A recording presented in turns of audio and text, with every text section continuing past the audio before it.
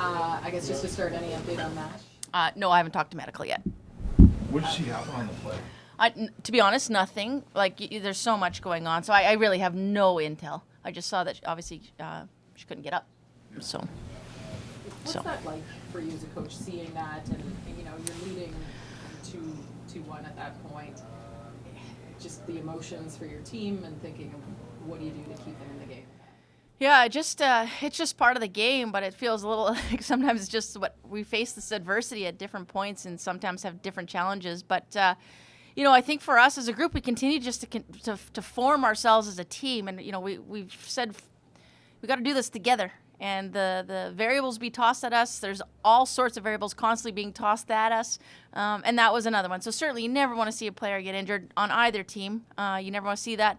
But it's certainly a moment that you just try to rally the girls and just say, hey, let's go get this one for MASH, and that's exactly what the team did. Can you put it into perspective what kind of season she's, or how important she's been for you this year? Oh, since the inception of this league in our franchise, she's been a pillar for us, and that's not going to change. Obviously, at the end of the day, we'll get assessment here, and as soon as we can get her back, we'll get her back. But she's not only an incredible goalie, she's just a wonderful human being, an incredible leader. So it's never easy to see anyone go through this, and like I said, we'll just get her healthy. Can you talk a bit about the resilience of your team to come back? I mean, right, you the Frost score, the lengthy review, then they do actually get the goal penalty. Your team has struggled at times at times like this, and for them to come back and score the way they did. Pretty great, eh? It's pretty great. And that's the building mechanism that this group's been doing. And we know this league you require resilience to find a way. It's not the first game that a 2-goal lead has been extinguished. So it's part of this league, but what we're seeing on our bench and what we're seeing on the ice is we don't back down. And to your point, I think that's a growth piece for us that we've done a really nice job. And I think that last phase heading into our break really helped us realize, hey, we're one of the best teams in this league too. So it's nice to see, and you don't have the vantage point that I have, but when I hear them on the bench and I see them rise and I see them cheer each other on, it's incredible what that energy can do in those moments. And found a way, and we were impressed by the team today, and it was a nice finish because of that. How important was it to get a win like this after the 5-0 loss and kind of bounce back? Yeah, and again, I said it after the last game against them, we kind of did that to them here. They responded with it, and we knew it was going to be a hard-fought tilt. They're a great team. They play such a great team game as well, and it's a fun outing every time you play Minnesota. And so really proud of our group that we just didn't waver. We just stayed the course, and obviously had some special team success with both the power play goal and the penalty kill or shorthanded jailbreak goal. And just like I said, it's an important step for us, and we've been building to this, and we'll continue to build upon this. What have you seen from Brianne Phillips this year, both on the ice and just her mental makeup that gives you confidence that she can step in a situation like she did tonight, and if she has to play? She's so built for that. She's just she's so calm in her demeanor. She's very she's focused, but in her way, she's a relaxed presence. And I think not a lot, throws her off. And I think for her, it's what's made her great. And we've seen it in multiple outings now where she just goes in and she just does her job, and she does it her way. And she's a great character. She's a fun teammate. And she doesn't let moments be bigger than what they are. She just recognizes, go do my job, and she did her job. And she's a great goalie, and she's only gaining more and more confidence as she plays in this league. 2-goal output from Vasco. Did you see this coming? Was it like her first 2 of the season? Is she building towards that, or did it catch you? Well, you guys watch as we do. That crew's been buzzing. They have an energy to them, and they there's an offensive touch to that group, and we saw it tonight. You look at her first goal, and there's a great neutral zone forecheck. Snodgrass gets the puck. She's patient with it. She's a playmaker. Finds Vasco in the slot. It's on her stick. It's off her stick. And Bach had that mini breakaway there. Then you look at the shorthanded goal, and obviously good effort by Rania to get up the ice, but Vasco's there, and she finishes it. So that group, we know there's offensive capabilities in them, and what we're really proud of is that's being coupled with a defensive piece to their game, that depth is paramount. So I think those are well-earned goals by her, and it's fun to see the excitement on her face after she potted the first and then her second. On the second goal, Was it you, Carl, the interference? No, they announced that incorrectly over the loudspeaker. Yeah, I wasn't going to say, hey, I think you should call that goal back as an on-goal. I think you should give it to him. No, there's just a little bit of confusion in that announcement. So that was a challenge by Minnesota that there was no goalie interference. So that's what transpired there. What do you think about that call? Turns out not many people care what I think about that call. I think it's tough. I think it was a tough call. I was given an explanation. And again, a lot of those times in those moments, what I think doesn't really matter anyway. You can voice your concern. And I said, I strongly disagree. And that's a direct quote. That's what I said. I strongly disagree. But in that moment, the refs have to do their job. And I got to make sure I'm doing my job, which is making sure we're coaching the team and getting us ready for the next phase. And that's what we did in that moment. And that's what we've done in several moments this season. At this point in the season, how closely are you watching the standings? I'm watching our group. It's about every day getting us better, and it's about making sure that we enter into these games, we give ourselves the best opportunity to get 3 points, and that's not going to change because if we take care of ourselves and make sure that we're ready to go, we're going to find ourselves in a really, really nice spot.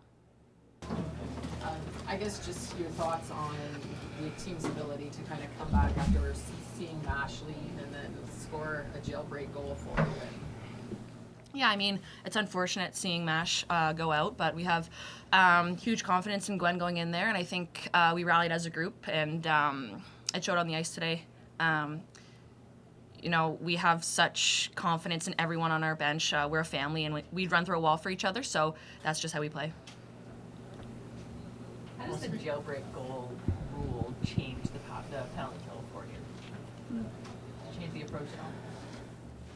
I don't know if it changes the approach. Obviously, there's a greater reward for sure, but I think we certainly jumped on that opportunity, and Vasco's speed and Ronnie's assist was really exciting to see. So, I think certainly on the other side of things too, as a power play, you're making sure that you're kind of recovering over pucks. But I think it's a great rule. Tonight, I think it was. Some nights I don't. Vasco, just like how incredible does it feel to get those goals? Obviously, they were big goals too. Just how great does it feel to get that? Yeah, obviously it feels good, but Snotty did a great work on that forecheck there and really made a nice pass, and all I had to do was put it in the net. So props to her on that one. And then, like Jenny said, Ronnie made a heck of a play diving for the puck just to pop it loose, and I just had to put it in. So a huge team effort there. Did you have the feeling that this puck was going to get free? You were going to, because you went for the net. You went for the No, I didn't. Honestly, a mentality we have is just to play with speed, and especially having the new jailbreak rule now. When the puck's loose, you just play with speed. So that's what I did, and fortunately, it worked out for me. What did you see when you're in a hole and on the goal? You're in honor. What did you see when you're shot? I mean, our staff does a lot of work with the pre-scout there, so I can't give any secrets there, but. Our staff does a great job, giving the resources that we need and prepares us for the game great. So that's all I can give you. How big is it at this point of the season? Just, you're coming off a 5-0 loss to them, seeing where you sit in the standings to kind of come back and win this one. Yeah, it's huge. I think at this point in the season, our goal is to get a playoff spot, but I think, we've also got to figure out how we start playing our playoff hockey style, and I thought tonight we had glimpses of that, where there was sort of a balance of calm, but also desperation and urgency to make plays, and especially in the end to kind of seal that win. After Vasco's big goal, I thought Gab getting the face off and just being able to get a pin. Tay Roche made a great job just eating the puck in the corner. Those kind of plays are just a sign of playoff hockey and smart hockey. For yourself too. Getting your third of this season, is it nice to, as potential playoff season coming up, that you're getting that offense?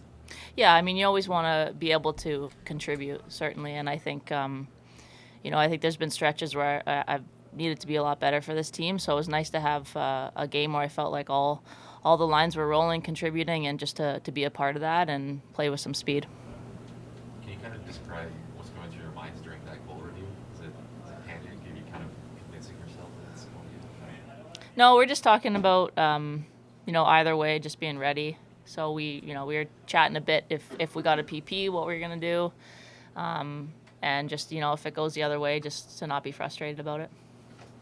Is there not a better way to have having this long time you have waiting, because it killed the Minnesota momentum, even though they declared the goal was in, but then you guys have the time to regroup and, like you said, either way, if the goal was in or not, then you can prepare yourself.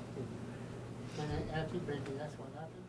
Yeah, like what Jenny mentioned, or what she said, whether it was a goal or not, we stick to our game plan. The PP was ready, and then the lines up next, we're ready to go. So I think we handled it really well. Like you mentioned, it was a lengthy review, but nothing changes on our end. You hold them to 2 shots in the first period. How much of, was there a redemption factor bouncing back from that 5-0 loss to the major minutes from? I think it was more that we wanted to just prove to ourselves that we could get back to our game. I think, last game, coming off the break, not an excuse, but it wasn't the effort that we wanted. I think we all just kind of felt that, kind of sat with that feeling a little bit, and had a great week of practice, and we're just kind of chomping at the bit to get out there tonight.